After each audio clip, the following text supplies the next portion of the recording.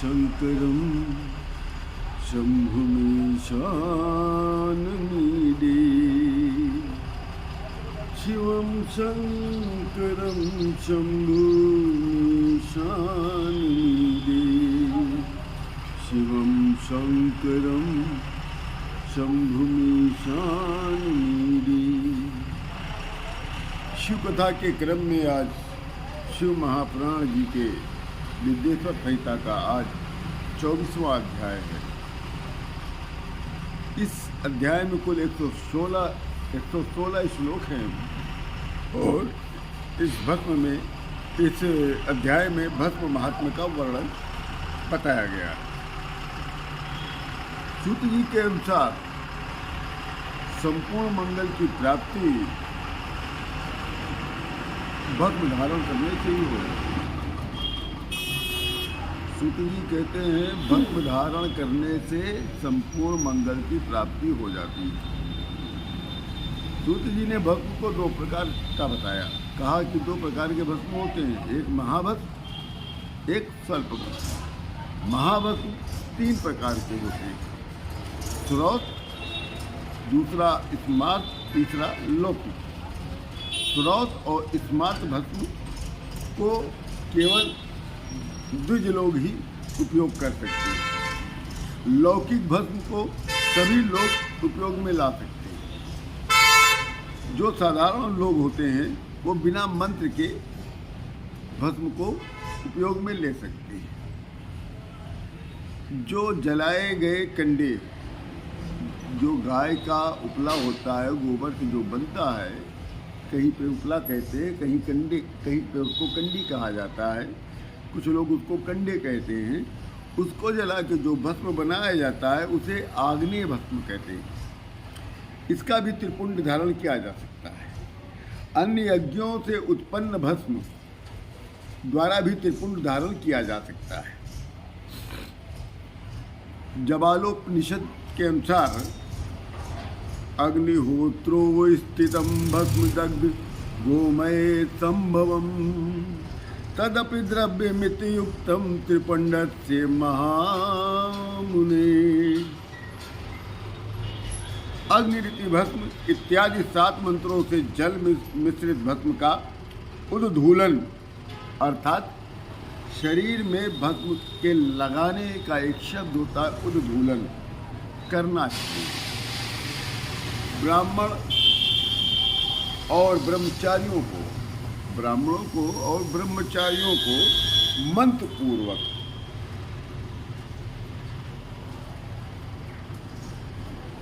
ही भस्म का धारण करना चाहिए। सूत जी ने बताया कि त्रिपुंड सभी प्राणियों का रहस्य है। जो मस्तक में त्रिपुंड लगाया जाता है, ये सभी प्राणियों का एक रहस्य है। ललाट आदि सभी स्थानों में जहाँ त्रिपुंड धारण की विधि है, उन स्थानों में त्रिपुंड धारण करने के लिए 3 रेखाएं लगानी चाहिए। दोनों भ्रुवों के मध्य से आरंभ कर जब तक दोनों भ्रुवों का अंत न हो उतने दूर तक ललाट में त्रिपुंड धारण करना चाहिए। त्रिपुंड मध्यमा और अनामिका उंगली से ही धारण करना चाहिए, किंतु मध्य में प्रतिलोम से अंगुष्ठ द्वारा की गई रेखा को त्रिपुंड कहते हैं।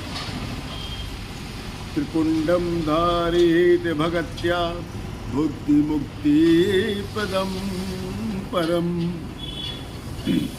लगाए गए या धारण किया गया त्रिपुंड भुक्ति और मुक्ति दोनों को प्रदान करता है।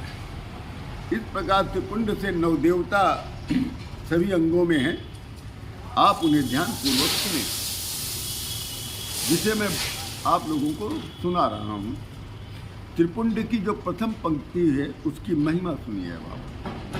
त्रिपुंड की जो प्रथम लाइन होती है, प्रथम रेखा होती है, उसकी क्या महिमा है। आकारो ग्राह पात्याग्नि भूर्धमश्च रजोगुण ऋग्वेदश्च क्रियाशक्ति प्रातः सामन में च आकार ग्रह पत्याग्नि भू रजोगुण है, ऋग्वेद क्रिया शक्ति है और प्रातः स्तवन है। प्रथम रेखा महादेव है। प्रथम रेखा जो होती है वो महादेवता। शिव दीक्षा में परायणों को ये जानना उचित होता है। उकारो दक्षिणाग्निश्च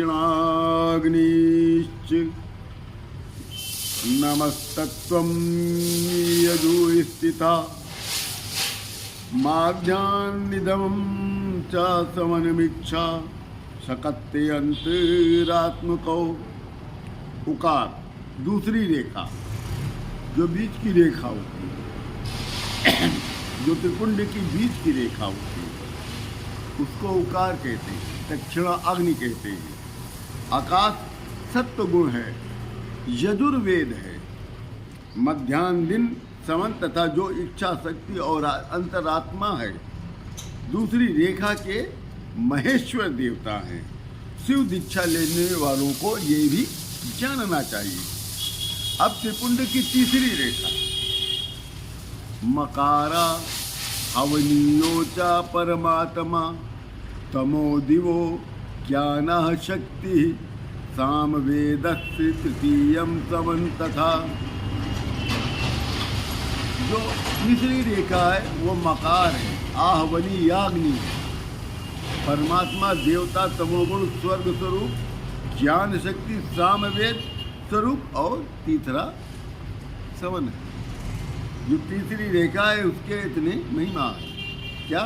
मकार, आहवनी याग्नि, परमात्मा है, देवता है, तमोगुण है, स्वर्ग स्वरूप है, ज्ञान शक्ति है, सामवेद स्वरूप है।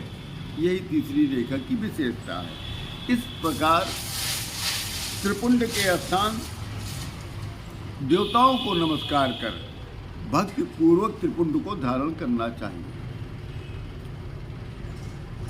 भोग जो ऐसा करते हैं वो भोग मोक्ष पाने के अधिकारी होते हैं।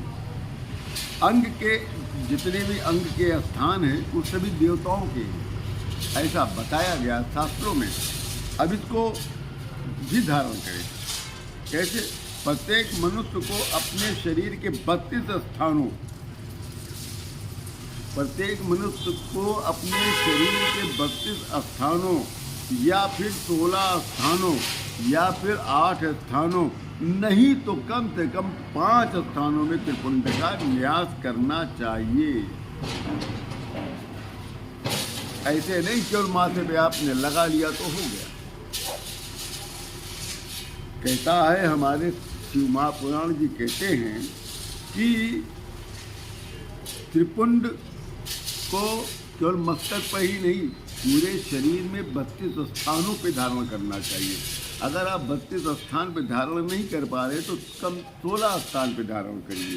अगर 16 स्थान पे धारण नहीं कर सकते तो 8 स्थानों पे धारण करिए। यदि आप 8 भी नहीं धारण कर पाते हैं तो कम से कम अपने शरीर के 5 स्थानों पर आपको त्रिपुंड धारण करना अनिवार्य है। अब ये सिर, मस्तक, ललाट, दोनों कान, दोनों नेत्र, दोनों नासिका, मुख, गला, हाथ, दोनों कर्पूर, दोनों मणिबंध, दोनों हृदय, दोनों पाश, नाभि, अंडकोश, दोनों उरु, दोनों गुल, दोनों जानू, दोनों जंघा, दोनों पैर, ये उत्तम 32 स्थान बताए गए हैं। अग्नि, जल, भू, वायु, 10 दिशाओं और 10 दिक्पाल एवं 8 वसुएं, ये 32 देवता हैं। ध्रुव, धरा, सोम, अप, अनिल, अनल, पत्युष, प्रभास, ये 8 जो है वसु बताए गए। बुद्धिमान मनुष्य को इन स्थानों पर त्रिपुंड को धारण करना चाहिए। अथवा सिर दोनों बाहु, हृदय, नाभि पर इन 5 स्थानों पर भस्म को धारण करना चाहिए। यदि उद्दूलन में असमर्थ हो अर्थात धारण करने में असमर्थ हो तो त्रिपुंड को आदिक ही धारण करें अर्थात त्रिनेत्रम त्रिगुणाधारम त्रिदेवजनकम शिवम ओम नमः शिवाय को पढ़ते हुए ललाट में धारण करें। ओम ईशानाभ्याम नमः पढ़ते हुए दोनों पार्श्व में धारण करें। बीजाभ्याम नमः पढ़ते हुए प्रकोष्ठ में धारण करें। पितृभ्याम नमः कहकर नीचे, उमेशाभ्याम नमः कहकर इस मंत्र से ऊपर, भीमाय नमः कहकर पीठ में तथा सिर के पिछले भाग में भस्म को धारण करना चाहिए। आज शिव महापुराण जी के विद्येश्वर संहिता का आज 24वां अध्याय पूर्ण होता है।